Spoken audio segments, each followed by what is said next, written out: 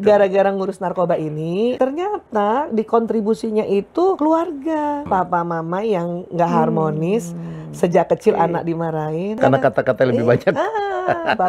Bapakmu kayak.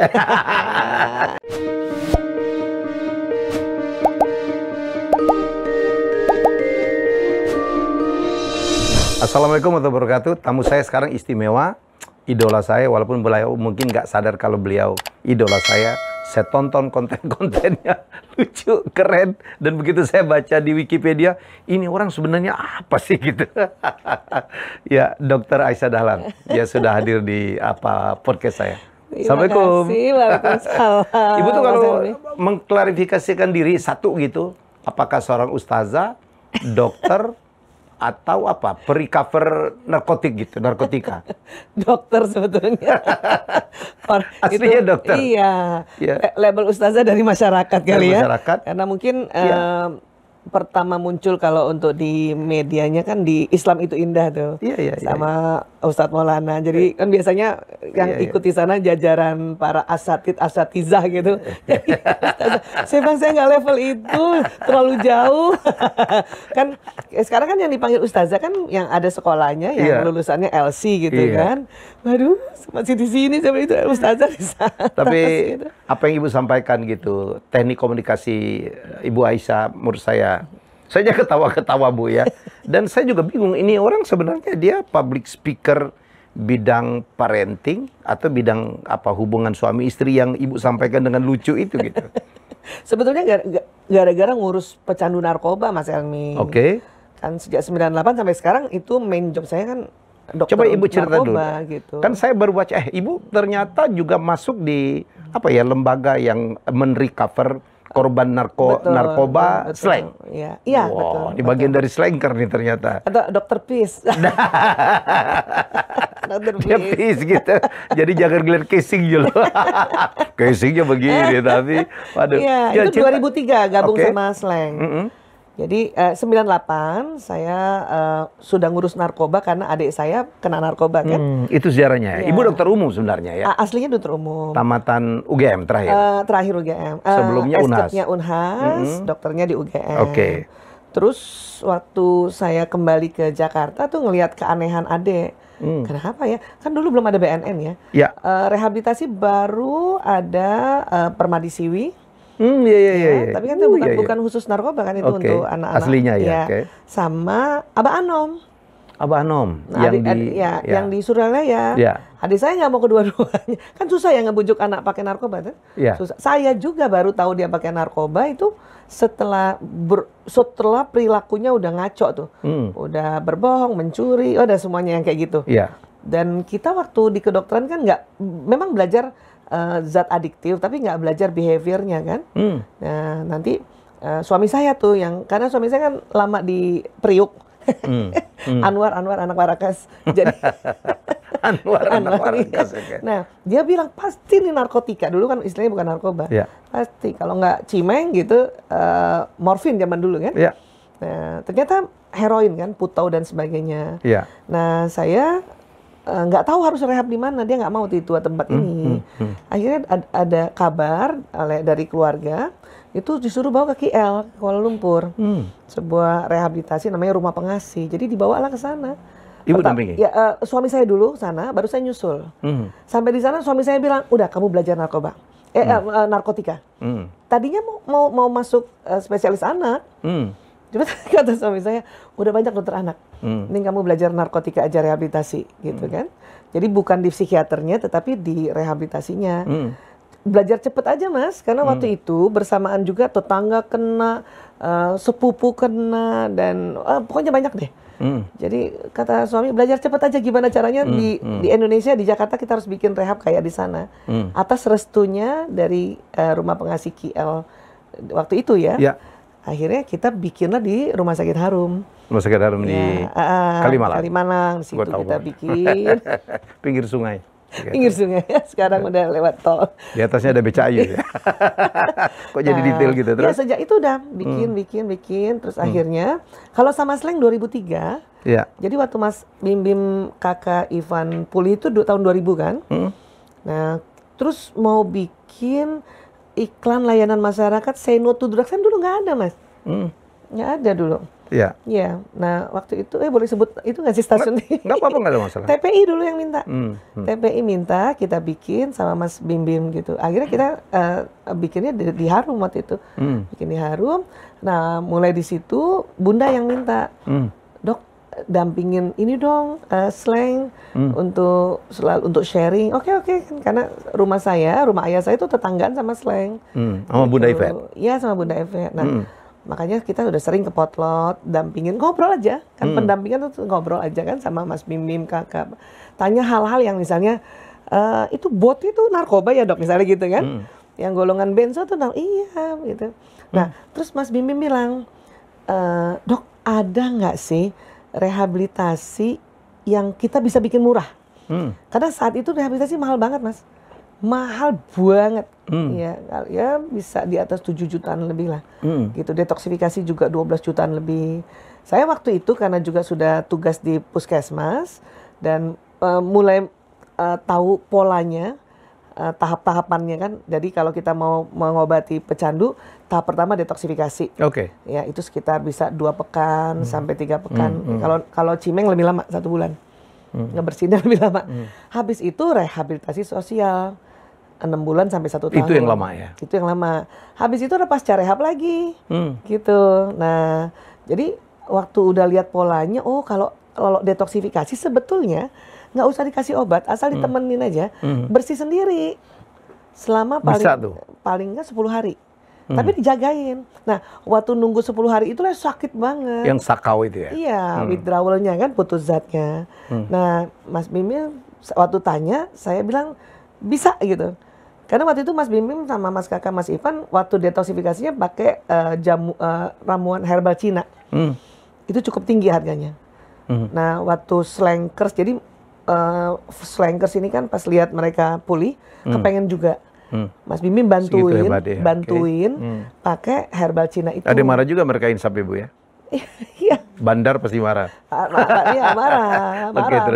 Terus. Cuman kan Mas Bim Bim nggak pernah keluar kan. Bandarnya yang kata Bunda selalu di depan pagar, ngelemparin gitu. Atau pura-pura jadi tukang jual makanan ikan. Nanti di dalamnya itu ada putaunya gitu. Nah, jadi lanjut cerita, Mas Bim Bim minta saya bikinin dong ini dok rehab yang untuk slankers, tapi kita murah. Saya bilang, dia bilang ya, saya bilang gratis juga bisa Mas. Kok bisa? Kita pakai generik aja, saya bilang. Yang penting ada slankers yang lain yang kan Mas Bim Bim punya itu tuh slankers yang suka jadi security-nya, namanya Bidadari Penyelamat, BP. Itu jagain, saya bilang.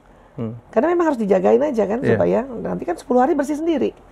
Nah, gitu ya? Itu 1 kamar aja Mas, kasih kasur, saya bilang gitu. Nanti tim saya dokternya, saya bilang gitu kan. Terus nanti ada yang jagain, Bidadari Penyelamat. Beres dok gitu. Pekan depannya nggak cuma 1 kamar yang disiapin sama Bunda, 1 rumah. Bekas rumahnya Mas Kakak waktu itu. Mas Kakak pindah, terus di belakang kan rumah mereka kan ngantong ya. Keren banget kan. Di belakang bekas itu 1 rumah itu untuk rehabilitasinya slankers. Sampai sekarang masih ada? Sekarang enggak, sekarang saya pindahin jadiin 1 yang di tempat kami. Di Harum? Ya, bukan, di Simpang 3 Kalibata. Kalibata? Dia deket-deket. Ya. Kegiatannya masih ada? Masih banyak yang disembuhkan? Masih, alhamdulillah. Ya, hanya waktu dulu kan BNN belum bikin Lido. Belum. Jadi kita tiap tahun bulan Juni itu hari anti narkotika kan tanggal 26. Kita bikin itu detoksifikasi massal untuk slankers. 100 orang. Orang sunatan massal ini detoksifikasi massal. Iya. Terus luar biasa. Tapi gini, asiknya gini Mas Helmi. Karena slankers itu kan dia ini banget ya sama Mas Bim Bim ya. Jadi saya suka datengin aja Mas Bim Bim setiap sore untuk sharing group. Itu nggak jadi sakau loh. Sakau-sakau tetap aja ditahan. Oh, ada Mas Bim Bim. Ada kakak. Tangannya udah begini, sakit padahal itu. Saya ngasihnya cuma paracetamol. Padahal kalau misalnya di rumah sakit, misalnya di rumah sakit dikasih analgesik yang agak tinggi kan, tapi kan mahal, kan kita mau gratis. Ini paracetamol aja. Ambil di puskesmas aja kan, asik. Cuman memang itu kan cuman, aduh, nggak ada mengcover. Ini kan dipakai narkotika. analgesik tingkat tinggi, painkiller. Kasih analgesik yang rendah. Nggak ketutup banget. Tapi ada Mas Bim kan? Mas Bim. Jadi rehabnya itu setiap hari nyanyi lagu slang. Nah, rehabnya gitu. Tapi kok bisa ya Dokter Aisyah? Jadinya saya identiknya itu pokoknya kalau laki itu ngomongnya lebih sedikit daripada perempuan. Nah, sebetulnya ya gara-gara Gimana kok bisa ke sana gitu? Gara-gara ngurus narkoba ini ada riset kecil-kecilan. Siapa sih penyebabnya kan? Faktor apa gitu?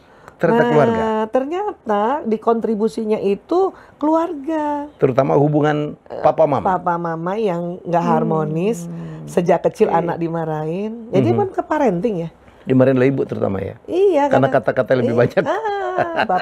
Bapakmu kayak. Tolong Bu diomongin. Saya baca juga si Alan dan Barbara Pease ya. Iya sebetulnya terinspirasinya di situ. Jadi 2006, saya bingung juga ya ini gimana sih untuk nge-cut di parenting ya. Iya. Ya ini gimana ya? Apanya ya yang kurang gitu kan? Sementara mereka mengatakan juga rajin taklim juga gitu kan? Iya. Tapi di mananya gitu? Oh basicnya ternyata berantemnya, termasuk saya gitu. Berantemnya sama suami, gara-gara saya nggak ngerti otak dia. Dia pun nggak ngerti otak saya. Iya. Gitu. Bahwa otak laki dan perempuan itu berbeda. Itu kata Alan Barbara Pease. Ya identik. Tapi di Al-Quran ada. Ternyata. Di Ali Imran ayat 36. Walaisa zakaru kal unsa. Tidak sama laki-laki dan perempuan kata Allah. Ya, karena Alan Barbara Pease juga menentang. Enggak ada, there is no way gitu mau menyamakan laki dan perempuan. Apa yang disebut dengan emansipasi wanita itu. Pengertiannya bukan itu ya, Bu. Karena secara struktur otak aja sudah berbeda. Coba Ibu elaborate. Tidak identik, tetapi setara untuk mendapatkan fasilitas pembelajaran, pekerjaan, beribadah. Itu setuju kita. Kalau Ustadz tadi Hidayat ngasih taunya kayak sepatu aja kanan kiri. Dua-dua diperlukan. Iya, nggak identik kan? Jalannya satu ke depan, satu ke belakang, satu. Kalau jalan kadang sekali bersama kan jadinya loncat. Oke. Tapi kan nggak bisa selalu bersama.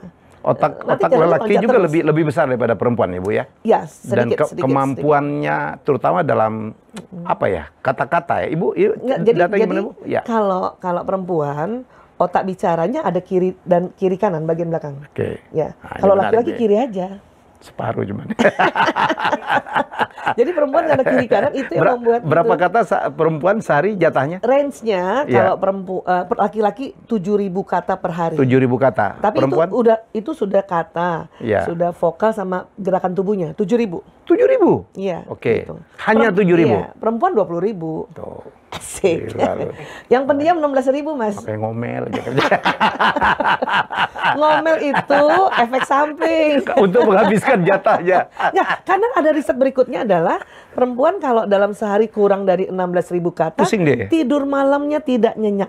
Mungkin gelindur deh. Makanya malamnya kan gelisah kan, bebenah apa segala macam. Baru tidur gitu. Dan otak tidurnya perempuan sedikit memang, lebih kecil daripada laki-laki. Jadi ada otak tuh ada di dalam tuh namanya hipotalamus segitiga. Laki-laki lebarnya 2,5 kali lebih dari perempuan. Nah ini yang sebetulnya waktu saya meneliti sedikit lah dengan empirik kita dan ini kan rupanya hipotalamus itu pusat menjaga keamanan. Oke. Laki-laki kan lebih lebar. Artinya laki-laki emang lebih jago jaga keamanan kan? Iya ya, karena dari dulu kan kalau Alan Barbara Pease dia bilang karena dulu kan pemburu ya Bu ya. Iya. Pemburu itu harus ngelihat kiri, kanan ya. Dan matanya lurus kalau laki gitu. Kalau perempuan tuh lebar. Ya. Nah, saking lebarnya kalau ada cowok cakep lewat dia nggak perlu melirik ya Bu. Makanya itu curangnya kita. Cuman gini udah lihat. Kalau kita harus melotot gitu ya. Iya, kalau laki-laki kan noleh gitu ya. Jadi kita menganggap tuh kan dia ngelihat, padahal dia memang nggak ngelihat. Nggak perlu menoleh tuh ya? Dia menoleh kalau laki. Iya, kalau perempuan nggak perlu. Kita lihat di depan terus kita lihat, ya Allah dia liatin aku. Terus Bu. Nah, kayak gitu ceritanya. Nah, sebetulnya gara-gara pusat menjaga keamanan yang lebar ini, manifestnya banyak nih Mas Helmi. Iya. Satu, kepengennya di rumah jadi raja, gitu kan? Si laki-laki. Okay, apalagi kan ada hormon laki-laki, hormon testosteron kan bikin kayak raja. Iya. Makanya kepengen semuanya itu sendiri, misalnya piringnya jangan diganggu gitulah, gelasnya sendiri. Tempat duduknya jangan diganggu. Apalagi tempat duduk makan. Iya, jadi ada tempat kerajaannya. Itu karena manifestasi. Istri saya dengerin ibu kali denger dia. Tempat duduk saya nggak boleh diganggu. Di rumah juga gitu. Ya, bahkan anak saya duduk di situ, saya bilang, aduh nah itu tempat duduk ayah nak. Tempat duduk raja nih. Iya, nanti kamu juga kalau jadi ayah dapet, saya bilang gitu. Tapi justru karena itu, pernah suami saya nggak tahu ada suami udah datang, terus saya kayaknya mempertahankan kursinya, dia seneng banget. Oh ya? Dalam hatinya, ya Allah, istriku, kursiku aja dipertahankan, apalagi yang lain. Padahal belum tentu. terus. Pokoknya mulai dari kursinya dulu. Nah, terus? Itu juga manifestasi dari hipotalamus yang lebar. Laki-laki nggak mau dibantah depan orang, nggak mau dinasehati depan orang, siapapun, bahkan itu anaknya. Karena selalu ingin dianggap hero gitu. Saya dulu salah, Mas. Kita pikir perempuan boleh ngomong karena jatah ngomongnya banyak. Boleh ngomong. Jadi misalnya kalau suami negur anak, kan kita langsung tuh, jangan gitu ayah. Itu nggak boleh ternyata. Saya baru berubah itu strateginya 2010 karena baru tahu nih. Minta maaf dulu. Maaf ya Mas, aku nggak tahu nih. Sejak itu pokoknya kalau dia latihannya gitu. Dia ngomong apa depan temannya, depan keluarganya, depan anaknya. Dan itu saya nggak setuju. Tuh. Bahkan saya gigit lidah tuh. Nanti ngomongnya di kamar. Iya gitu. Itu belum menyampaikannya juga harus teknik tertentu juga ya Bu? Iya, minta izin. Ya.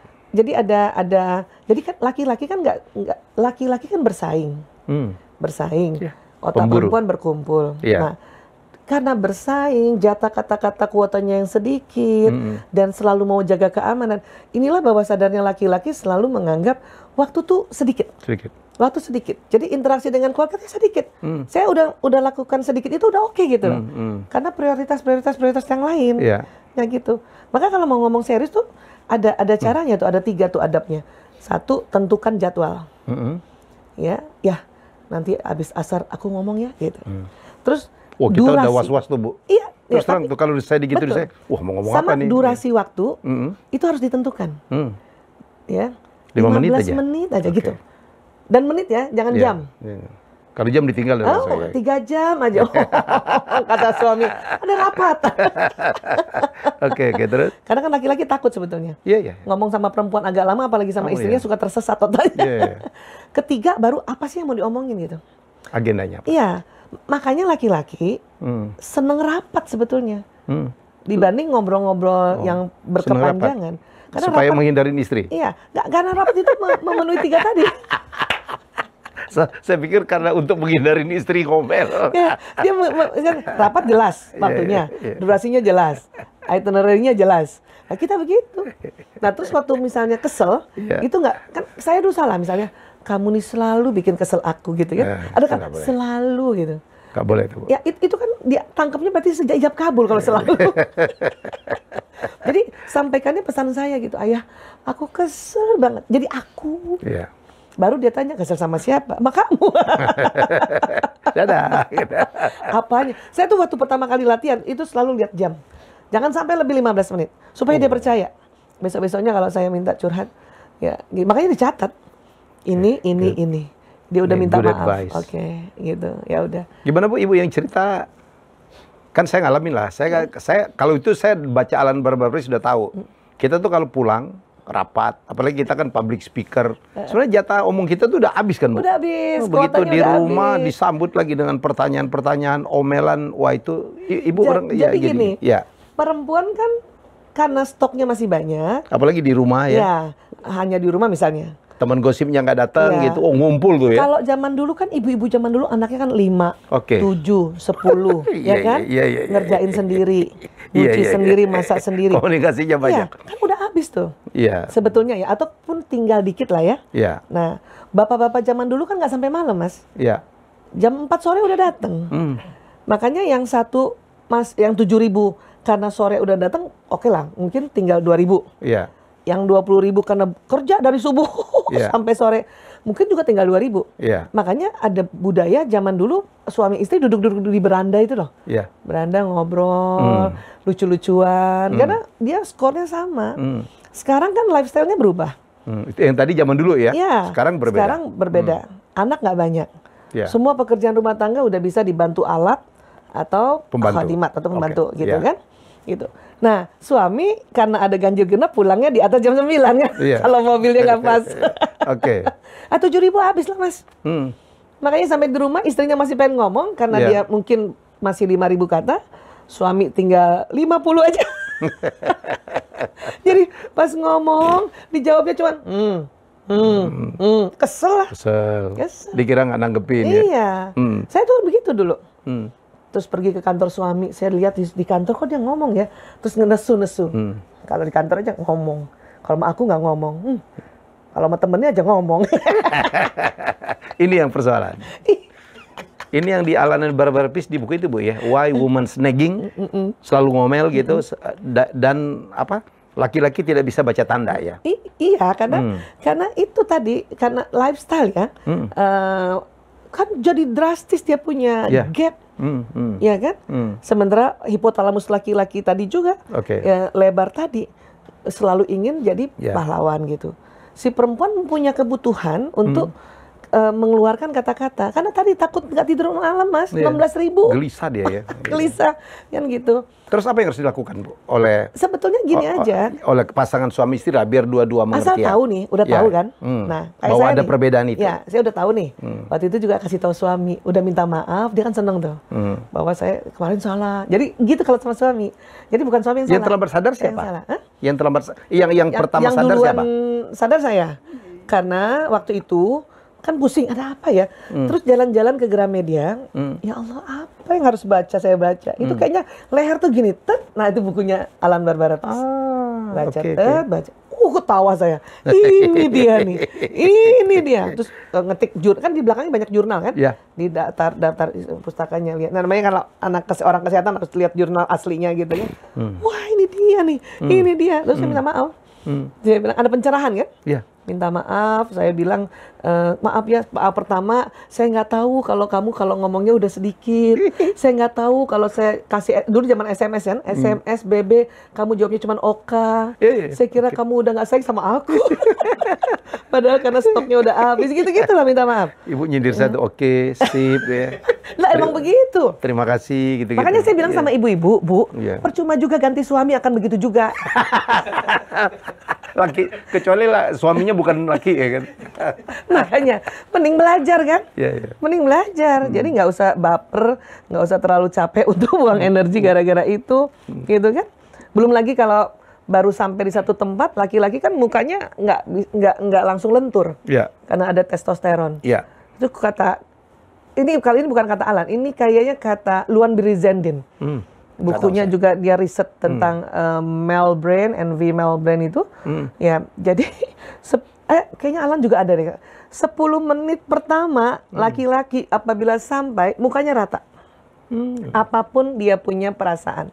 Ya senang kah ya, marah kah ya. Butuh adjustment ya, Bu ya? Bukan. Testosteron membuat wajah laki-laki tidak selentur perempuan. Gitu. Karena kan testosteron hormon laki-laki kan, dan hormon raja kan, jadi harus wibawa kan. Nah sementara kan istrinya udah senyum, ayang. Kepengennya kan otak kita tuh dibalas senyum. Ya kan? Cuman kita nggak tahu kalau dia loadingnya nanti setelah 10 menit. Nah itu tuh bikin kesel. Makanya istri-istri 5 menit senyum. Karena nggak dibalas, menit ke-6 salah sangka lagi kan.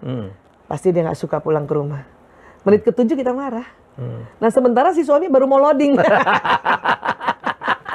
Laki loading lu lambat toh kan? Baru mau senyum. Ya, nah riset lainnya mengatakan laki-laki senang lihat wanita tersenyum. Sebetulnya dia senang lihat istrinya senyum. Cuman untuk ngebalesnya tunggu aja 10 menit gitu. Tunggu 10 menit. Nah, saya ditanya sama ibu-ibu, bedanya misalnya dia memang marah sama senang, saya bilang setelah 10 menit. Kalau setelah 10 menit dia marah, berarti datang udah marah. Sebetulnya. Tapi wajar rata. Gitu kan? Tapi setelah 10 menit dia biasa aja, duduk di meja, taruh barangnya di, kan biasa laki-laki gitu ya, taruh HP-nya apa segala macam, uang receh segala macam, itu kan nggak mau diganggu itu. Dan setelah 10 menit dia duduk aja di kursi, nonton TV, padahal juga nggak nonton. Itu senang berarti. Ya, karena memang nggak nonton, karena lagi membahas tadi gue ngapain, besok saya ngapain gitu.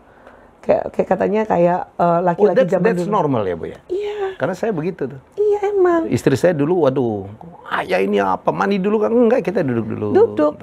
Jadi kayak laki-laki zaman dulu setelah berburu, buruannya kasih ke istri, dia duduk naik ke batu, lihat matahari terbenam. Itu untuk mereview apa yang dilakukan, sama planning untuk besok. Saya harus ngapain lagi? Tuh, dengerin tuh istri-istri. Yang dikira, wah mikirin yang lain ya. Ih, saya juga dulu salah Mas Helmi. Saya sok-sokan gitu. Ayah capek ya? Terus dia bilang, iya. Mbak ya cerita sama aku kan istrimu, ibu dari 5 anakmu. Apa dia bilang? Diam. Iya, seset. Marah udah ya. Tidur pakai jeans sudah. Iya. Setelah itu saya baru ngerti. Capek ya? Iya. Udah. Atau gini dulu, kenapa sih? Terus digini tangannya. Berarti enough. Ya udah. Dulu marah. Sayanya. Kesel. Merasa ditolak ya. Sekarang udah ngerti. Makanya udah. Nah, hipotalamus itu juga pusat lapar dan haus. Jadi perhatikan makan minum laki-laki itu perhatikan. Ya udah kalau kayak gitu, siapin aja peganannya, minumnya, lengkapin itu. Yang dia suka ya? Yang dia suka apa, udah taruh situ. Udah. Karena sabar aja ibu-ibu, dia akan cerita juga. Setelah menemukan alternatif solusi. Baik anak laki maupun suami. Kan ibu-ibu juga suka gitu kan, lihat sama anak lakinya, kenapa sih nak? Cerita sama ibu, terus kita sebut-sebut lah. Ibumu ini kan yang... Iya tuh. Itu perempuan tuh banyak sampirannya gitu ya. Kan ibu kalau nggak tahu, saya dapat dari ibu kalau nggak salah. Kalau hujan di luar, jemuran diangkat. Kalau bapak, nak angkat jemuran, that's it kan. Kalau perempuan, ibu, nak angkat jemuran. Ibu udah capek itu, bapakmu cuma duduk aja, kamu nggak tahu diri gitu. Itu kan kadang nggak ngerti. Padahal komennya sama ya, perintahnya sama. Iya, karena kita nggak ngerti, karena iri. Iri sebetulnya. Ya, nggak ngerti. Padahal Allah ciptakan, ini temuannya lagi ya. Ini otak kan di tengah itu ada melengkung. Kita sebutnya corpus callosum, yang menghubungkan antara otak kanan kiri. Perempuan lebih tebal. That's why kita bisa multitasking. Ya, kalau laki-laki fokus, single tasking. Iya, fokus. Ya, misalnya. Karena dulu berburu kan Bu. Iya, ada suara di sana, fokus. Kalau perempuan lebih lebar, saya taunya ya. Itu dari Alan Barber. Makanya nggak bisa jauh kan? Nggak bisa. Makanya paling banyak nabrak mobil itu perempuan ya. Iya, karena... Jadi ada survei asuransi gitu. Karena memang lebar kemana-mana kan. Iya. Karena dia dulu nunggu suaminya kalau pulang itu kan. Perempuan lebih peka ya Bu. Ada suami gue pulang. Iya, padahal dia suara doang. Penjaga sarang. Jadi sarang kan nggak usah jauh-jauh. Iya. Depan, tapi harus kanan kiri. Lebar ya. Makanya misalnya gendong anak, ada yang datang dia udah lihat dari sudut matanya, siapa tuh kan gitu. Jaga sarang dia. Masak, mata dimasakkan, ada kecoa lewat tahu. Tahu gitu. Karena mata lebar. Nyusuin anak, masak nasi goreng, terima handphone. Bisa tuh Bu ya? Itu perpaduan antara mata yang lebar dan corpus callosum yang tebal tadi. Itulah. Jadi perempuan itu emang sudah disetting begitu otaknya. Jadi sebetulnya. Perempuan itu kan menurut Alan Barber berapa ini memang lebih hebat ya. Multitasking untuk dalam ruangan. Oh iya. Tapi untuk luar ruangan jagonya laki-laki. Ya, fokus nyetir lebih itu ya. Iya, kalau sekarang kan berburunya kan dari kantor ke kantor, ya kan, naik kendaraan. Fokus. Ya, makanya kan kalau udah mau sampai kelihatan duluan kan gedungnya. Iya. Itu dulu saya berantem loh sama suami. Gara-gara suami bilang itu dia gedungnya udah kelihatan. Saya nggak lihat Mas. Mana sih gitu. Itu mana sih? Terus gini kata suami. Pasti kiri kanan ada cowok cakep tuh gak ya? Enggak, dia bilangnya gini yang bikin keselnya. Masa gitu aja nggak lihat? Oh, kita dibilangin masa gitu aja nggak lihat langsung Padahal emang nggak lihat, kita pendek. Iya, pendek. Gitu. Dia tuh dari jauh udah lihat kan gitu kan. Itu mata berburu kan harus mata kayak pemburu, gitu. Iya. Kebayang nggak Mas, misalnya kalau perempuan yang berburu, ya udah nggak lihat kijang, ngomong melulu. Iya kan? Mana sih kijangnya ya? Lari kijangnya. Makanya kita di rumah jago untuk membagi. Udah itu kan sebetulnya udah alamiah banget ya. Terus gimana Bu supaya balance gitu ya? Jadi suami pulang, kan banyak tuh persoalan dari situ ya Bu ya. Betul. Dan apa yang harus dilakukan seorang perempuan supaya suaminya nyaman atau apa gitu? Sambut dengan senyum. Karena tadi laki-laki senang lihat wanita tersenyum. Jangan sampai tetangga duluan yang senyum. Bahaya, apalagi tiap hari. Nah, kedua, ketahuilah bahwa diresponnya nggak saat itu juga dia balas senyum. Ini tahu ini aja, udah selamat Mas. Ya, Ketiga, sampai di rumah, biarin 10 menit jangan tanya-tanya. Siapin aja makan minum. Normal aja ya? Iya, biarin aja. Saya dulu latihannya, ya pas suami udah pulang, ya udah saya senyum, udah cium tangan, saya ke dapur. Lihat jam sebentar, 10 menit itu jam berapa ya? Segitu aja. Ya, kapan dia loading dia? Nanti secara otomatis ternyata dia manggil. Di atas 10 menit manggil. Bu Isa, saya langsung yes, waktunya bicara. Latihannya gitu. Latihannya gitu. Itu yang saya sosialisasi sama ibu-ibu, latihan kayak gitu. Nah, terus itu tadi kalau dia buka laptop, nonton TV, jangan cemburu. Kenapa? Karena laki-laki waktu ngelihat TV itu dia suka curi-curi pandang terhadap istrinya, apa yang istrinya lakukan. Karena kita heboh tadi karena korpus kalsiumnya tebal, lari sana lari. Itu laki-laki seneng lihatnya, asal tidak ngomel. Kan dia lihat. Cukup pakaian seksi aja kali ya? Iya, itu di kamar. Ya kan? Itu di kamar kan. Kalau misalnya kita tuh suapin anak makan sambil ketawa. Seneng dia tuh. Nah, seneng laki-laki ngeliatin. Atau gini. Hebat istri gua. Iya, masak ya. Iya, kan Mas Henry mungkin tanpa sadar sering lihat. Terus seneng juga bahwa dia sama istri saya sama anak saya nggak berantem. Anaknya lari-lari tetap dia kasih makan. Atau laki-laki seneng gini, ayah, lihat deh, ya, pinter banget dia gitu. Tanpa harus ganggu dia duduknya dia. Ayah bantuin dong, duduk aja sih, angkat galon dong. Ini persoalan, apalagi diusir dari duduknya itu. Iya, jangan, biarin aja. Karena dia akan, kan itu otak tanggung jawab tuh hipotalamus ya. Misalnya dia liatin istrinya lagi ngangkat, dia langsung nyamperin kok, nggak usah disuruh. Pokoknya laki-laki jangan disuruh sama istri. Nggak mau dinasehatin sama istri, nggak mau disuruh, nggak mau dicela, nggak mau dikomplain. Udah itu aja pegang. Pegang. Insya Allah selamat. Iya selamat. Masuk surga kita insya Allah, surga dunia, surga akhirat. Katanya surga istri itu gampang banget ya Bu ya? Iya. Tinggal ngikutin aja ya, termasuk ngikutin hanya apa itu tadi, ini suami. Mas, harus belajar. Harus belajar. Ya, ini kan masuk kategori jumhur para ulama kan, ilmuwan kan termasuk ulama kan? Iya. Yang menjelaskan tentang ayat-ayat, buktinya ada kok ayat di Al-Quran, ya kan? Seperti tadi ya, bahwa memang laki-laki beda sama perempuan. Kemudian kalau istri yang nusyus, istri yang pembangkang harus apa dulu, ya pisah tempat tidur dan sebagainya, kan itu ada ya kan? Atau dan kebalikannya ada suami yang membangkang. Kalau suami yang membangkang jangan dipisahkan, jangan tinggalin. Diajak ngobrol gitu. Tetapi dengan adab tadi, jangan depan orang, itu paling pantang deh. Jadi misalnya kan banyak tuh istri-istri suka, misalnya suami sama temennya suka ngejokes gitu kan? Iya, nyalain suaminya ya. Terus kadang-kadang suka ada cerita-cerita yang sebetulnya tuh mari mengarang kan? Nah mungkin istrinya terlalu sering ikut taklim, takut suaminya bohong. Itu laki-laki nggak suka. Ya, saya ada tuh beberapa teman-teman atau misalnya adik ipar apa segala macam, saya suka cubit, biarin aja.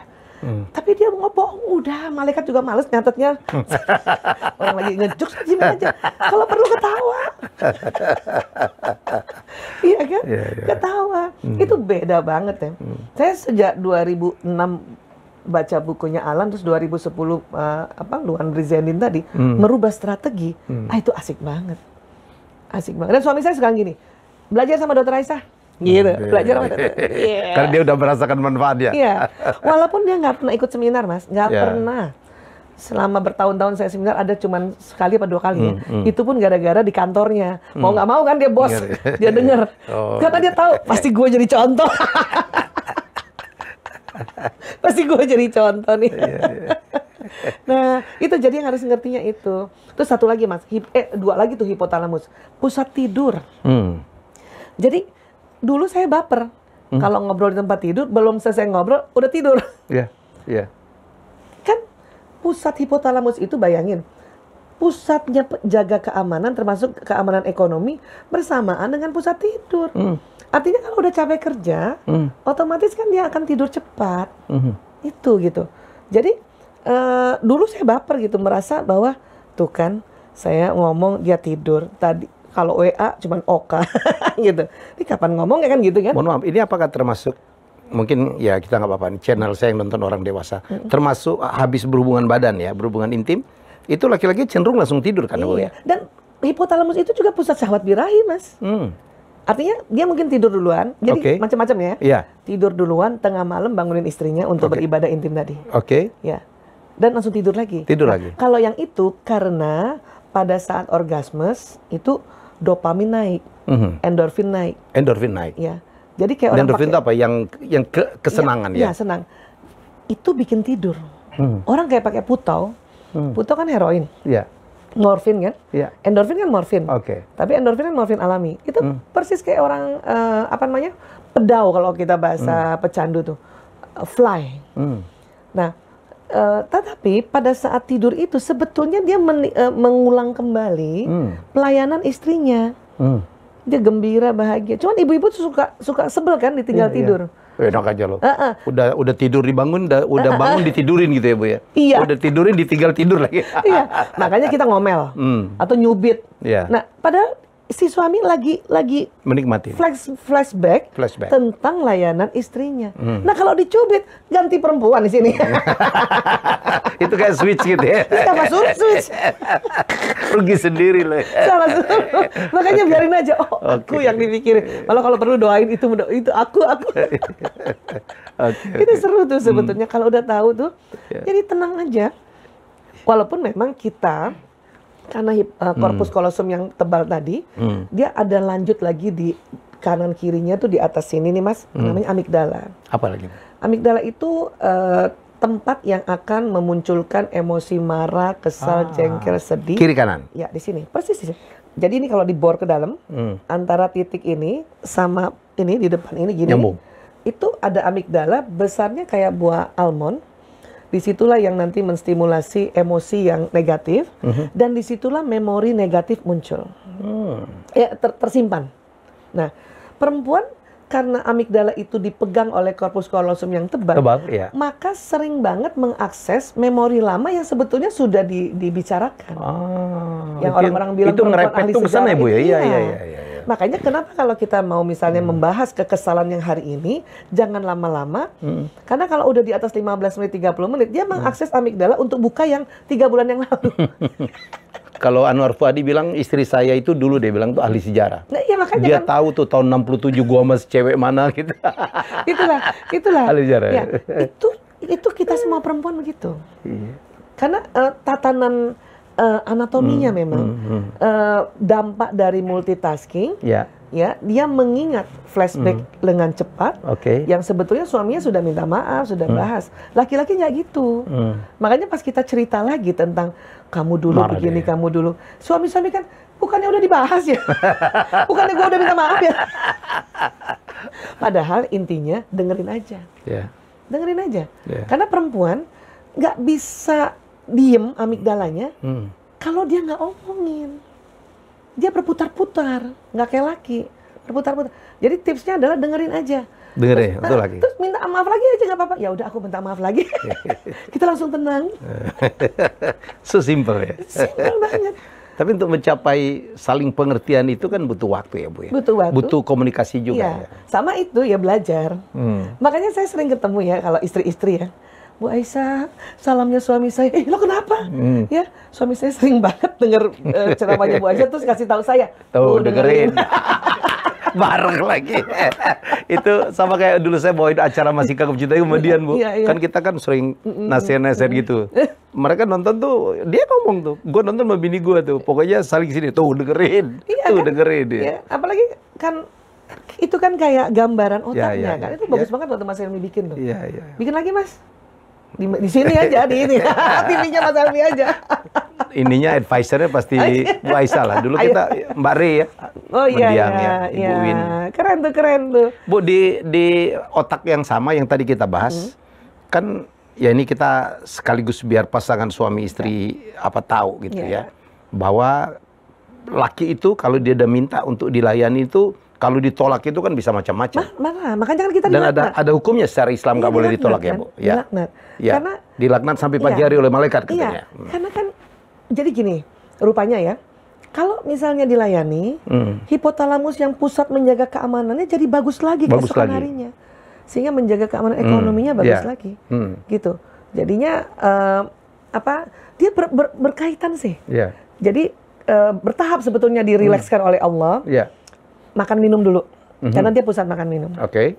Ada orang misalnya tegang hipotalamusnya, habis makan minum dia udah rileks. Tapi mungkin cuman sepertiga, gitu kan.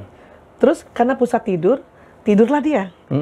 Rileks kan dengan tidur itu. Tapi juga baru sepertiga. Sisanya hubungan intim sama istri. Suami istri. Ya, walaupun tidak setiap hari mungkin 3 hari sekali, sepekan sekali, tergantung umur ya kita ya, sama penyakit kronis. Ya kan? Nah, tetapi itu sebetulnya untuk melenturkan kembali pusat menjaga keamanan tadi. Sehingga itu tadi dia akan menjadi seorang hero kembali gitu. Itulah kebutuhannya sebetulnya. Itu yang terutama hubungan suami istri, kalau ditolak, laki-laki itu bisa marah, bisa uring-uringan ya Bu ya? Karena hipotalamus juga tuh bagian dari limbic system, otak yang nanti mengatur emosi gitu. Uring-uringan. Karena dia nggak bisa kerja apa-apa. Kan ya, kecuali memang istrinya ada kendala syar'i misalnya menstruasi, habis nifas, sakit. Nah, inilah kan sebetulnya kalau misalnya sakitnya kronis pada perempuan kan ada jalan untuk berpoligami kan, seperti itu kan. Karena memang hipotalamus 2,5 kali lebih lebar, Mas Helmi. Kita tuh kecil. Makanya saya juga mengerti ibu-ibu yang merasa, aduh aku nggak butuh kok itu. Iya. Gitu ya. Itu betul Ibu ya. Jadi kebutuhan seks perempuan dengan laki itu jauh lebih besar ya. Kan hipotalamusnya nggak ada setengahnya dari laki-laki, karena laki-laki 2,5 kali lebih lebar dari perempuan. Gitu. Ya kan? Nah, terus perempuan juga merasa, aku tuh belum tidur. Karena kan pusat tidurnya kecil. Padahal sebenarnya udah tidur sebetulnya. Perempuan tidur, jadi ada penelitian dari Dr. Gutenberg gitu ya, dari Pennsylvania University. Laki-laki kalau tidur dipasangin EEG. Listriknya 70% off, 30% on. Perempuan tidur 90% listriknya on. Walaupun tidur? Tidur. Jadi perempuan waktu tidur, dia dengar semua apa yang ada di sekelilingnya. Gitu. Itu yang sensitif sekali Bu ya? Itu yang perempuan merasa, aku tuh nggak tidur, aku tuh kurang tidur. Saya juga begitu tadinya. Lama-lama saya mikir, emang tidur kita tuh cuma sebentar itu gitu. Kita disuruh Allah mendengarkan, yaitu tadi kalau anak sakit, apalagi kayak COVID kemarin. Walaupun anak udah di lain kamar kan ketok-ketok tengah malam tuh, dia demam atau apa. Bapaknya emang nggak dengar. Kita yang harus dengar gitu. Kalaupun sampai ibu nggak dengar berarti capek sekali ibu itu, tapi itu cuma sesekali. Selebihnya kita yang bangun. Ini naluri penjaga tenda di perburu sarang. Ya sarang. Suami mendengkur kita dengar gitu. Laki-laki emang nggak dengar, bukan nggak mau. Bukannya nggak peduli ya? Iya. Tapi uniknya Mas, yang 30% listriknya nyala itu untuk mendengarkan kejadian-kejadian di luar rumah. Cuman sayangnya sekarang kamar pakai AC kan, kedap. Kalau laki-laki zaman dulu karena nggak kedap, oke, anaknya nangis nggak dengar, tapi alarm mobilnya bunyi, dia loncat. Nah ini lagi perempuan merasakan anaknya nangis aja nggak dengar loh, mobil aja lo dengar, matre banget lo ya. Mulai nih kita gitu-gitu, ribut lagi. Matre lo ya, motor aja lo dengar ya, anak lo berantem. Padahal laki-laki emang anak nangis, ya nggak dengar. Iya, sesekali juga lagi. Jadi Allah tuh memang maha mengatur ya. Pas kita ketiduran, si suami nggak bangun, tapi kan sesekali aja. Untuk bangunin kita, untuk anak nangis. Kan udah enak sebetulnya gitu. Cuman kita yang berprasangka karena kita sangka dia nggak peduli lah. Ya, kita kan selalu merasa laki-laki nggak peduli. Udahlah nggak dengerin ngomong, udahlah WA cuman oka, udahlah ngomong ditinggalin tidur, udah bangunin ditidur tinggal tidur. Coba sekarang udah punya anak, katanya pengen punya anak, katanya bertanggung jawab, anaknya bangun dia nggak bangun. Panjang tuh daftar ya. Itulah yang lama-lama jadi bukit kan. Udah tinggal pencetusnya aja bakar jadi gitu. Ya kan sekarang kehidupan pernikahan modern gitu kan nganggap setara gitu ya. Perempuan boleh nolak ajakan suami dan sebagainya. Itu yang saya pikir gimana menurut Ibu? Makanya disosialisasiin tuh hipotalamus. Saya gitu. Iya. Kan untuk kelangsungan pernikahan kepentingan bersama ya Bu ya. Iya, justru itu. Saya bercermin di kehidupan rumah tangga kami ya. Alhamdulillah udah 31 tahun. Kekesalan yang tadi seperti kekesalan fitrah karena perbedaan kan. Saya nikah 92 sampai 2006 tadi itu kan bertumpuk jadinya kan gitu. Nah, itu tadi ada pencerahan terhadap sosialisasi dari ilmu ini gitu, riset ini gitu kan. Terus kan banyak bapak ibu-ibu gini, kenapa sih kita aja yang terus belajar, suami enggak? Saya bilang ternyata kalau kita tenang, suami ikut tenang. Oh iya. Jadi suami itu cuma ikut istri sebetulnya. Makanya kita aja yang belajar. Laki-laki memang nafkah. Karena tadi hipotalamusnya lebar kan, ar-rijalu qawwamuna 'alan nisa, karena memang settingan otak laki-laki hipotalamusnya 2,5 kali lebih lebar. Biarin dia cari nafkah gitu, cari nafkah. Kita tenang-tenang aja. Yang penting inti tadi dia senang kita lihat senyum, nggak dibalas tetap aja senyum. Udah, jangan ganggu dia sudah di kursinya. Ya, mengertilah bahwa kalau dia tidur duluan bukan karena menghiraukan engkau. Gitu-gitu aja. Bu, ya mungkin saya belajar dari kasus teman-teman saya, masyarakat. Pernikahan di mana perempuannya, istri, punya yang lebih tinggi lah, status, penghasilan lebih tinggi daripada suami, itu rentan ya Bu ya terhadap perpisahan ya. Betul ya Bu? Laki-laki nggak bisa, jadi suami... Walaupun kenyataannya begitu ya. Suami tahu nih, pendapatan kita lebih banyak. Atau jabatan jauh lebih tinggi di kantor. Itu. Bawah sadar mereka aja sudah mulai nggak nerima tuh. Iya, nggak menolak walaupun dia bilang saya sih nggak apa-apa gitu. Nggak, bohong itu nggak. Iya. Karena hipotalamusnya Mas. Iya. Karena jangankan gitu. Bawa mobil nih. Iya. Nyari jalan. Udah 2 kali muter. Iya. Kita mau nanya orang aja laki-laki tersinggung. Karena otomatis bawah sadarnya bahwa istri tidak percaya pada dia. Iya. Baru gitu loh Mas. Gitu. Ya, atau misalnya rumah bocor, ya kan? Suami sebetulnya udah mikir itu bocor. Terus kata istri, kita panggil tukang aja ya, ini rumah bocor. Itu ditangkapnya oleh otak laki-laki, ya bahwa saya lebih percaya laki-laki lain dibanding kamu. Baru itu, banget ya? Baru itu. Ya, saya baru mengerti bahwa oh itu hipotalamus. Jadi laki-laki selalu ingin terhadap istrinya, selalu ingin melindunginya sebagai wanita muda yang ringkih, gitu. Nah, artinya kalaupun pendapatan kita lebih banyak, janganlah meremehkan. Karena kita perempuan kadang-kadang keluarnya suka itu tuh. Suka itu laki-laki langsung. Pantang banget. Langsung deh, langsung. Itu yang minta maafnya bisa lama tuh. Bisa lama. Dulu ada film Prancis namanya My Wife is Celebrity. Ya, jadi mereka waktu nikah bareng-bareng, habis itu istrinya jauh lebih tinggi. Waduh Bu, suaminya tiba-tiba bukannya happy gitu. Ekonominya keluarga naik, tapi lebih gampang tersinggung. Mau risep ini aja, risep sistem lagi dandan gitu. Selalu, Pak, di risep aja. Emang gua pelayan lu apa gitu-gitu ya. Tersinggung banget. Tersinggung. Itu saya juga ngerasain ya. Walaupun kita nggak selet-selet banget ya. Iya. Misalnya jalan, suaminya pernah disuruh mutu ya Bu. Kadang-kadang nggak sopan lagi versi Ibu. Iya. Kalau bukan versi kadang-kadang nggak tahu itu suami kita kan? Nggak tahu. Kan suami saya kan antik ya. Penampilan suami saya antik loh, berbuntut loh Mas. Oh gitu ya? Pokoknya kalau lihat suami saya, orang akan, jamaah saya misalnya teman-teman akan lihat, oh itu suami Bu Aisyah ya. Kurang ajar. Siapa buntut, pakai jeans saja, pakai moge gitu kan. Itu gitu kan. Nah, ini bodyguard gitu. Iya kan kayak bodyguard gitu kan. Atau misalnya gini, misalnya ke mall kan, selalu tuh kan, Bu Aisyah ya gitu kan ya gitu ya. Terus dia bercandainnya gini, tuh kan, Bu Aisyah nggak mau pakai masker supaya ketahuan. Itu saya langsung tahu, oh dia nggak suka. Mas sejak dari itu saya ke mall tetap pakai masker. Kalau sama dia tapi. Tulis dong, bukan Aisyah gitu tulisan. Biar lengkap gitu. Makanya pakai masker biarin. Jadi dia nggak ada alasan lagi. Sama itu tadi. Pokoknya kalau udah di sampingnya, dia mau cerita sama siapapun, udah nggak ada, jangan bantah, udah. Itu latihan Mas. Demi Allah tuh latihan. Dan harus support. Harus support. Iya. Minimal di depan orang ya. Iya, dia ketawa kita harus ketawa juga. Walaupun nggak lucu. Iya. Jangan aja nanti sampai di rumah, oh itu maksudnya. Nah, cuman itu tadi ada tambahannya kalau kita taklim ya, kita ngaji bahwa itu lakukan itu karena lillahi ta'ala. Karena otaknya yang bikin Allah, ya, yang perintahkan juga Allah. Itu jadinya kan ibadah, jadinya kan naik lagi. Islam tuh dahsyat ya, value-nya, luar biasa ya. Naik. Melayanin permintaan suami hubungan badan aja ibadah ya Bu ya. Betul. Dan itu ibadah lah. Iya, cuman nanti kita selalu tambahkan teknik sebetulnya pada perempuan-perempuan untuk manajemen emosi. Itu saat ini modul saya tentang manajemen emosi itu ibu-ibu seneng banget. Ya. Setuju saya. Ya.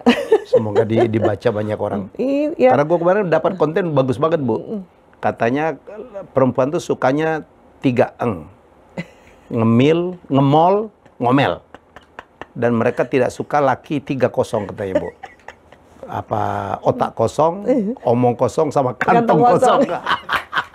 Bener banget ya. Iya, itu kan fitrah semua, Fitrah semua ya? Fitrah semua. Gue ketawa, iya. gue tunjukin istri saya. 3 eng itu kan gara-gara 20.000 kata kita sama korpus kolosum yang tebal. Iya kan? Iya. Ngomel. Iya. Cuman sayangnya kan laki-laki dikala tadi kembali ke Mas Helmi tanya, kita tanpa sengaja meremehkan, hipotalamusnya itu terblokir, hang. Iya. Terganggu lah ya. Pusat menjaga keamanan itu langsung kayak terblokir gitu, Mas. Iya. Malah gak bisa ngapa-ngapain. Kompleks banget ya, Bu. Iya. Makanya terus istri-istri, aduh gimana sih nih ayah kamu nih, semuanya bunda, itu tuh tersinggung. Wah, itu banget. Itu di depan anak-anak lagi Iya. ya. Itu menjatuhkan dia banget. Itu bahaya banget. Parah nih bapakmu. Iya, Memang nggak bener bapakmu. Iya. Iya. Kalimat-kalimat itu nggak boleh. Iya, itu tuh, aduh. Jadi kalau mau ini ya, mau flashback lagi gitu ya. Kenapa perempuan juga kayak gitu? Karena kan dia penat juga sebetulnya. Iya. Ingin ngeluarin aja. Iya. Nah, asal keluar aja ya. Iya. Makanya disebut perempuan perlu bicara. Karena masalah berputar-putar sampai dia sudah kemukakan baik verbal maupun tulisan. Gitu. Ya. Mungkin jadi, pelarian dengan menulis juga menolong ya, harusnya. Ya? Tetapi nggak semuanya punya bakat menulis kan, nggak semuanya punya potensi senang nulis kan. Nah, bahayanya sekarang menulis di status. Iya tuh. Iya kan, di media sosial. Di status, itu nggak boleh ya, Bu ya. Kan, ada orang persoalan di rumah diungkapkan di luar gitu ya. Kan huruf-huruf itu ada energinya ya. Iya kan? Jadi kalau di surat Al-Ahzab tuh ayat 23 kan, jadi kata Allah, demi Tuhan langit dan bumi, sungguh apa yang dijanjikan akan terjadi seperti apa yang kamu ucapkan. Baik diucapkan di benak, di mulut maupun di tulisan. Iya. Sehingga kalau kita ngeluh di tulisan, maka akan terjadi itu. Gitu. Dan orang tahu gitu. Iya. Kalau zaman dulu kan lebih enak, Mas. Iya, buku diary. Gembok pula. Iya kan? Sekarang. Ya. Sebetulnya itu metode untuk kita manajemen emosi untuk melepaskan lewat tulisan. Padahal langsung aja disampaikan kan ya? Langsung disampaikan, kadang kan laki-laki rejection juga. Iya. Makanya tulis dulu, dari situlah diambil intinya apa, untuk cuma 15 menit ngomong minta waktu itu, gitu. Harusnya gitu.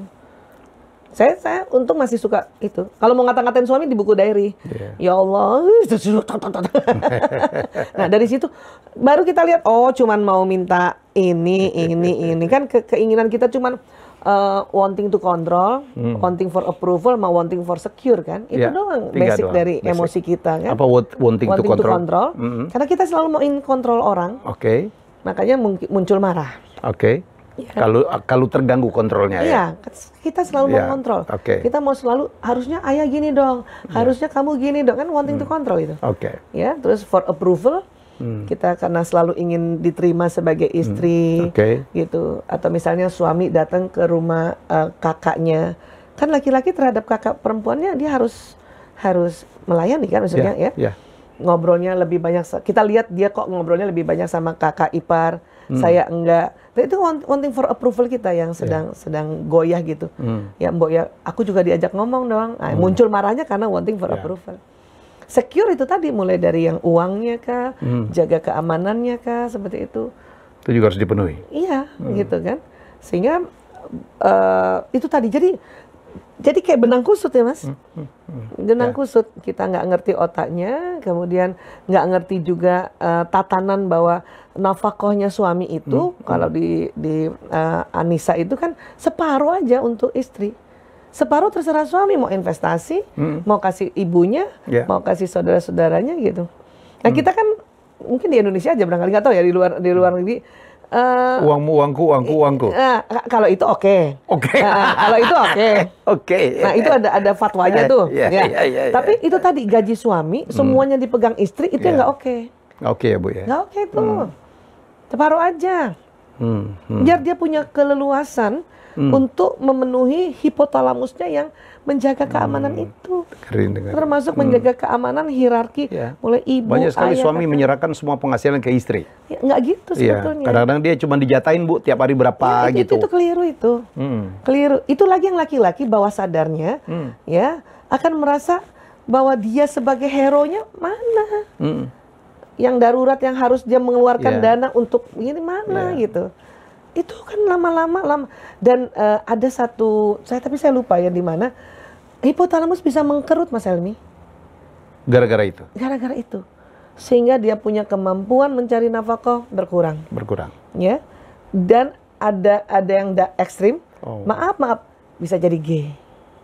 Sampai segitunya? Iya. Karena dia mengecil. Itu ya, Bu, pengaruhnya. Iya. Sehingga dia merasa... Saya pikir cuma kehilangan motivasi untuk mencari uang lebih ya. Akhirnya orientasi seksual, kan itu kan tadi pusat syahwat birahi kan. Termasuk juga kan, Mas. Kan dia mengkerut. Udah ketakutan sama istrinya, sama perempuan. Merasa dikontrol, merasa dibatasin gitu ya. Udah ketakutan, udah nggak orientasi seksualnya nggak tertarik sama perempuan. Makanya dia, karena itu tadi itu pusat syahwat birahinya pun ya mengkerut kan jadinya. Mengkerut. Ini bahaya. Apalagi Bu, yang tadi ada satu lagi yang belum? Ya, jadi fungsinya. Satu, pusat menjaga keamanan, pusat makan minum, pusat tidur, pusat syahwat birahi, 4. Itu yang saya suruh hafal, ibu-ibu tuh suruh hafalin. Hafalin ya. Ibu nulis buku dong. Baru bikin dikit-dikit, Mas. Baru ada 2 sih, tapi yang ketiga nih tentang manajemen emosi gitu. Penting banget. Ya, karena kita tahu bahwa kehidupan kesuksesan negara itu dimulai dari kesuksesan di keluarga ya. Iya, betul. Ya. Betul banget. Kan selalu kita ngomong di balik pria sukses ada perempuan yang mendukung, ya kan Bu? Karena begitulah, ya kan? Yang orang nggak banyak tahu tuh di balik wanita sukses banyak suami yang stres, itu nggak banyak tahu. Di balik wanita sukses karena izin suaminya. Harus gitu tuh, bukan suami sukses. Ini juga lucu nih. Kamu minta izin apa ngasih tahu? Ya. Ini minta izin atau pemberitahuan sih, itu persis tuh, Bu. Saya waktu itu tersadar, oh iya ya, salah, beda ya. Minta izin dan memberitahu. Ayah, aku mau ke Bandung. Hari ini juga berangkat. Itu bukan izin. Itu memberi tahu. Maklumat. Kalau izin tuh harus jauh hari. Terus ada pertanyaan, bolehkah? Gitu. Itu juga harus disosialisasikan tuh. Iya. Karena laki-laki tersinggungnya gara-gara itu. Small thing ya. Iya, cuman karena malas juga berantem. Dan stok kata-katanya udah habis, yain aja lah. Nah, tapi kan terserah lu dah. Jadi kalau suami udah ngomong terserah lu dah, itu bahaya, selesai. Bahaya banget. Terserah lu dah, terus di istri pokoknya, itu juga bahaya Bu ya. Iya, pokoknya. Kalau pokok itu nggak bisa dibantah tuh Bu, ya terserah lu lah. Iya, terserah. Tuh sepasang tuh perempuan, pokoknya saya harus pergi, pokoknya harus ada. Suami akan bilang, laki-laki bilang terserah lu lah. Terserah lu. Udah pintu dari kehancuran sebetulnya ya, karena selebihnya akhirnya ego masing-masing gitu kan. Yang main ya. Ego. Nah, pada saat mulai ego masing-masing bertahan pada otaknya sebetulnya. Ya, perempuan tetap menganggap ini yang benar otak saya gitu. Yang laki-laki juga begitu. Padahal kan maksudnya untuk saling supportnya, saling mengerti gitu kan. Nah, kata saling kan memang beda ya. Belum lagi nanti dia orang apa, kita orang apa. Suami saya kan orang Jawa Tulen. Bapaknya Klaten. Ibunya Jogja. Nah, aku Bugis Palembang pula. Allah. Bugis tahu sendiri, Bugis. Suara segini ini udah lembut nih. Udah dilembut-lembutin ya. Udah dilembut-lembutin. Gitu ya. Ya, itu lagi ya. Sama watak lagi, Mas. Kan suami istri kan bersilang watak. Bersilang ya. Bersilang banget. Ya kan? Nah, tapi disitulah keindahannya Bu ya. Itu. Kalau bisa ketemu di tengah ya. Tapi nanti kalau udah ngerti, kita ketawa sendiri. Iya. Saya udah ngalamin itu juga. Kenapa dulu kita begitu ya? Ketawa. Suami saya suka gangguin saya kalau saya ketawa lihat dia. Terus dia bilang apa? Kamu inget modul kamu ya? Saya bilang iya, halaman 16. Muka lo rata. Dan itu indah ya Bu ya? Iya. Memang jembatannya ilmu sih. Belajar. Dan komunikasi penting ya. Betul. Memahamin agama juga penting ya Bu ya. Itu nomor 1 ya. Belajar itu kan dalam rangka taklim tadi kan ya. Iya. Dan harus ulang-ulang Mas. Ulang-ulang. Saya nih kalau lihat YouTube Jadi sering kan saya lihat YouTube saya sendiri. Terus anak saya yang bungsu nyeletuk. Pasti lagi kesel sama ayah ya. Dia lihat YouTube-nya sendiri. Iya, review merepetisi. Nanti saya ketawa sendiri, ingat lagi. Karena kalau kita emosi kan terblokir. Apa YouTube Ibu? Aisyah Dahlan. Aisyah Dahlan, ayo tonton nih. Ya. Saya tuh justru yang cuplikan-cuplikan yang punya Ibu. TikTok ya. TikTok itu yang lucu-lucu. Itu orang-orang yang bikin tuh. Iya ya, TikTok kita ada yang konten kita dibuat sampai 400 kali, 500 kali. Kadang-kadang suaranya doang diambil ya. Gambarnya macam-macam. Dulu gue marah, Bu. Enggak lah, biarin aja. Ya, biarin aja. Bagian justru bagian dari mensosialisasikan. Iya. Asal potong yang bener aja, Mas. Saya pernah dipotong cuma masalah poligami aja. Jadi bapak-bapak langsung, wah ini kita dengerin Dr. Aisyah. Dia kan nambah follower. Setuju poligami. Itu gara-gara kan itu tadi hipotalamus itu kan pusat syahwat birahi. Jadi saya pernah bilang sama suami, ya kalau aku meninggal duluan, kawinlah lagi gitu. Saya panggil anak-anak loh, Mas. Kan namanya 5 tuh, 4 laki 1 perempuan, namanya Lanang, Prio, Kakung, Jaler. Ragil kan? Ya. Kalau ibu meninggal duluan, nikahin ayahmu. Gitu. Kata suami saya, yang benar. Iya benar. Emang kenapa, Bu? Ada hal yang kamu nggak bisa lakukan. Iya. Karena pusat syahwat birahi ya. Iya. Pokoknya nikah aja, Mas. Nanti pas ijab kabul, gue dateng. Malah nggak berani dia. Kacau ini katanya. Kamu mau duduk di mana? Kan arwah boleh datang ya. Ya kan? Kamu duduk mana? Ya di sampingmu lah. Saya tetap ngizinin, tapi ada penyakit perempuan kepo. Ya. Siapa pengganti saya? Cantikan mana? Masa arwah kepo sih? Bener. Terus saya bilang sama suami, nanti kalau kamu malam pertama datang juga. Ya, saya berdiri di pintu. Bener nggak nih? Kalau ada figura jatuh, itu saya. Terus kata suami, kamu ngizinin apa takut-takut? Bukan, ini fakta saya bilang. Gara-gara saya baca buku, ada bab alam barzah kan, arwah kan bisa datang ke rumah. Apalagi minta izin sama Allah, ya Allah suamiku mau ijab kabul hari ini, saya datang dong. Sama malam pertama. Ini ngecek gayanya sama nggak nih? Iya, memang program otak kita tuh kepo memang. Kepo. Kan kalau kita cerita belajar sirah Rasulullah, istri-istri Rasulullah setelah Khadijah tuh kepo. Apalagi Aisyah tuh. Iya, waktu Rasulullah nikah sama Safiyah itu salah satu dari turunan Yahudi kan. Iya. Rasulullah nggak langsung bawa pulang ke rumahnya, taruh di rumah sahabatnya. Jadi orang-orang di Madinah pada ngeliat. Si Aisyah langsung datang lihat. Coba lihat. Nabi kaget. Kenapa Aisyah yang ada? Nabi udah tahu pasti dia cemburu nih, pasti dia cemburu, bener. Pas keluar dari ruangan, dibecandain sama Rasulullah kan, hai wanita rambut pirang kan gitu ya. Gimana? Cantikan dia? Kita pergi. Memang begitu, kita ada program kepo dan cemburu kan, cemburu. Iya, jadi ya udah itu fitrah aja yang penting. Yang penting udah dikasih tahu. Dan laki-laki juga seneng kok lihat istrinya cemburu daripada nggak dicemburuin. Daripada dicuekin. Daripada dicuekin. Iyalah. Kan dia juga langsung, wis aku dicemburuin. Ada sih kayak gitunya. Oke Bu, panjang banget nih, mestinya jadi 2 episode. Gak habis-habis sih tentang pria wanita itu. Iya, seru banget. Dan itu penting ya, pelajaran. Karena dari rumah tangga yang baik akan menghasilkan keturunan juga yang baik. Iya, kan? betul. Ekonomi yang baik untuk masyarakat sekitar. Betul. Saya juga baca ya, sempat kalau kita membahagiakan istri gitu ya juga, wah itu luar biasa ya. Kan ini nyatu energinya. Energinya nyatu. Ya. Itu kita belum belajar lagi jadi, yang energinya bioplasmiknya apa segala macam. Jangan ngaku orang hebat lah kalau istri di rumah menderita ya Bu ya. Iya. Karena ada tameng nanti. Kan suami istri ini ada sinyal ya. Jadi kalau istrinya tidak terpenuhi, dia ada dinding memisah gitu. Rugi pokoknya untuk narik rezeki. Ibu tahu istri saya punya semboyan apa? Mutu apa? Setelah saya minta resign. Dia bilang marriage is like a workshop, husband working, wife shopping.